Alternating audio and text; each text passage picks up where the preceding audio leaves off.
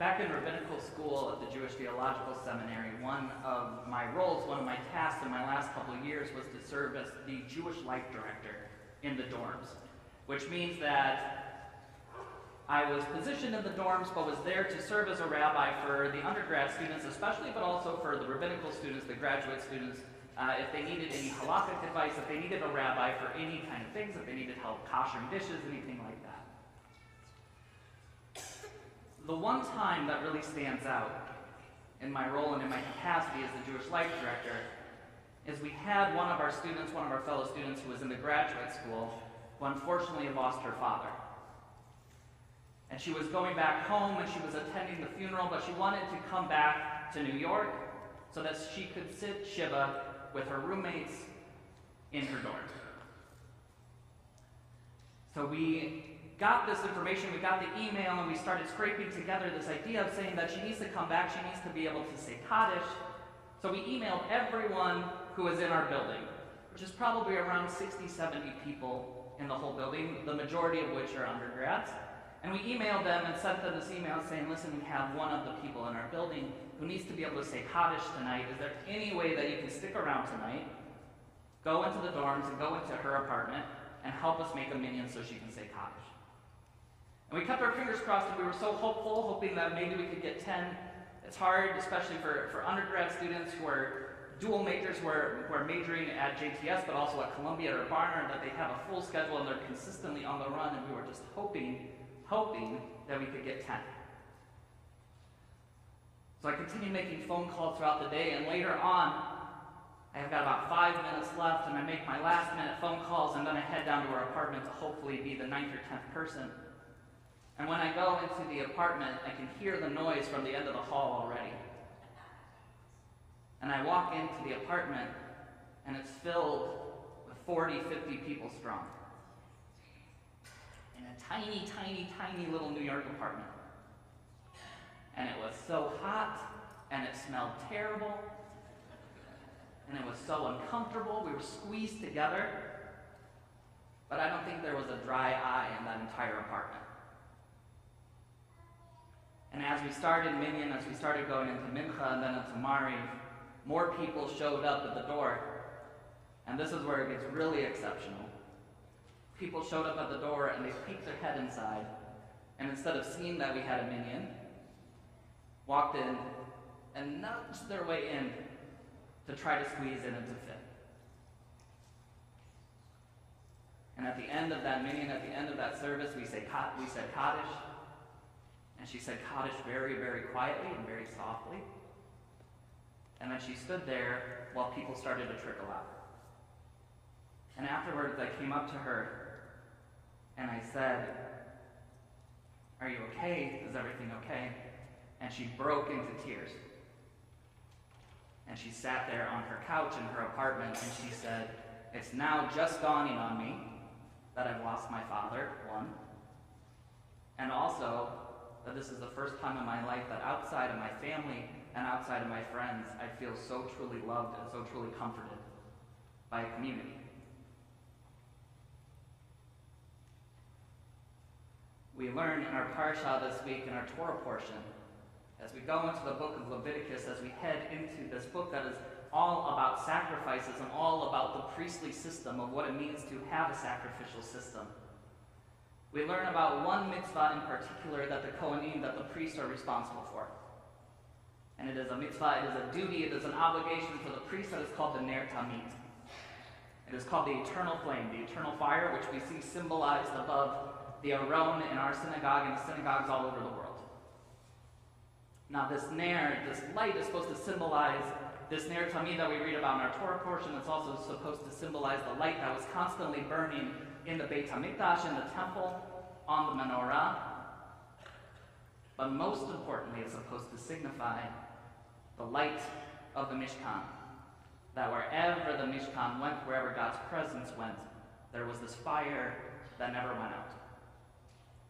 And our rabbis, Zichronon Livracha, our rabbis of blessed memory, who are the authors of the Talmud, who gave us this great knowledge, this vast knowledge of the Talmud, decided that they needed to really clarify what this Ner Tamid represented.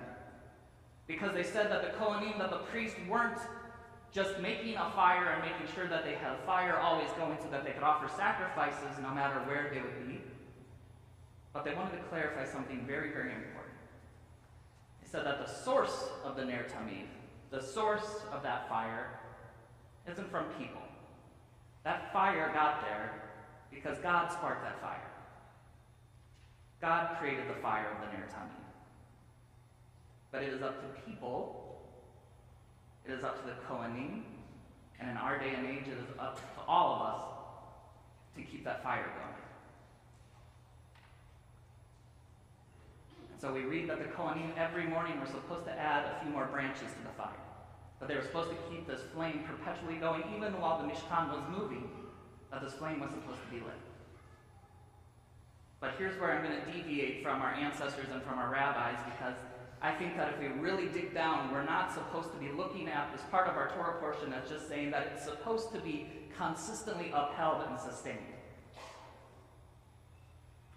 I think that's good, and I think that's great. But I think what our rabbis are saying when we're really digging into the Torah, when we're really digging in and parsing out what this mitzvah is all about, what this Ner Tamid is all about, is that we're not supposed to sustain the fire. We're supposed to let that fire consume the entire world. That fire is supposed to grow. It's not supposed to be sustained, it is supposed to get bigger and bigger and bigger. When that minyan was formed at JTS, we only needed 10 people. We needed 10. That's a minyan. And if we would have had 10 people for that minyan, I guarantee you that that young woman would have been very thankful.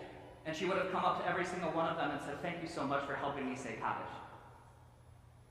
But especially for the people who stuck their head in that door and decided to come in anyway, knowing that there was already 10, that doesn't put branches on the fire.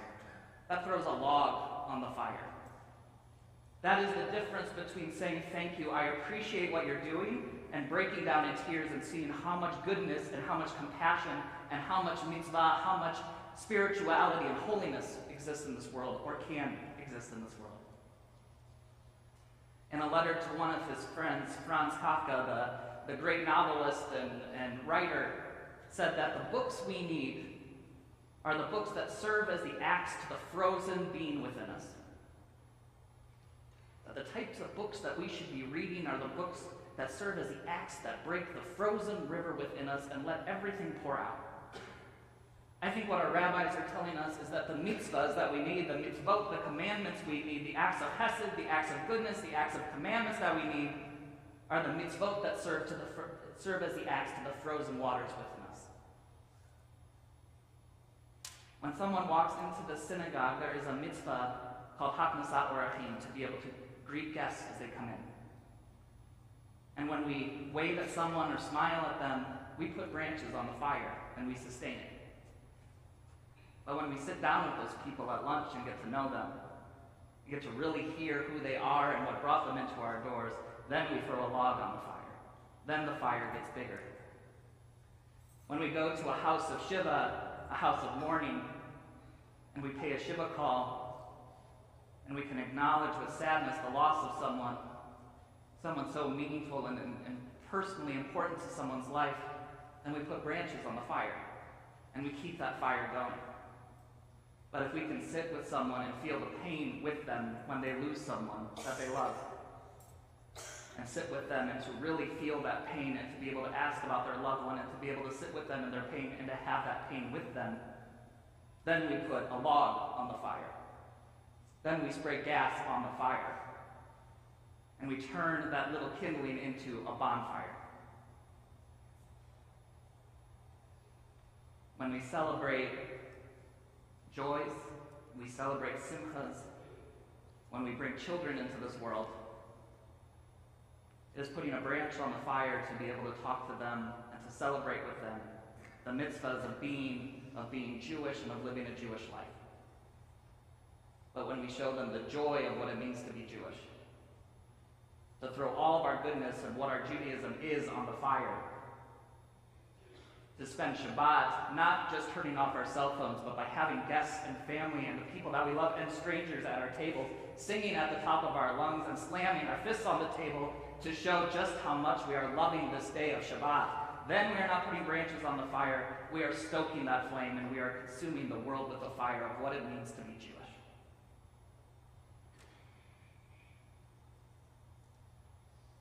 On this Parashat Tzav, each and every one of us have the opportunity to think of ourselves as priests, as the Kohanim, as this great mitzvah that sits in front of us of the Ner Tamid, of this eternal flame, of this eternal fire, that we can do what's good enough, and we can put branches on the flame, and we can carry it with us wherever we go so that we sustain and that we keep this community going. Or we can take the axe and we can open the frozen river that flows within us, and we can throw that wood on the fire, and we can make that fire continue to grow and celebrate it with the warmth and the brilliance that it deserves. On the Shabbat of Simcha, where I know that many of us are celebrating, many of us are feeling grief and loss, we have the opportunity to come together. And instead of just sustaining that sacred fire, to make it grow and to make it fill the world. Shabbat Shalom.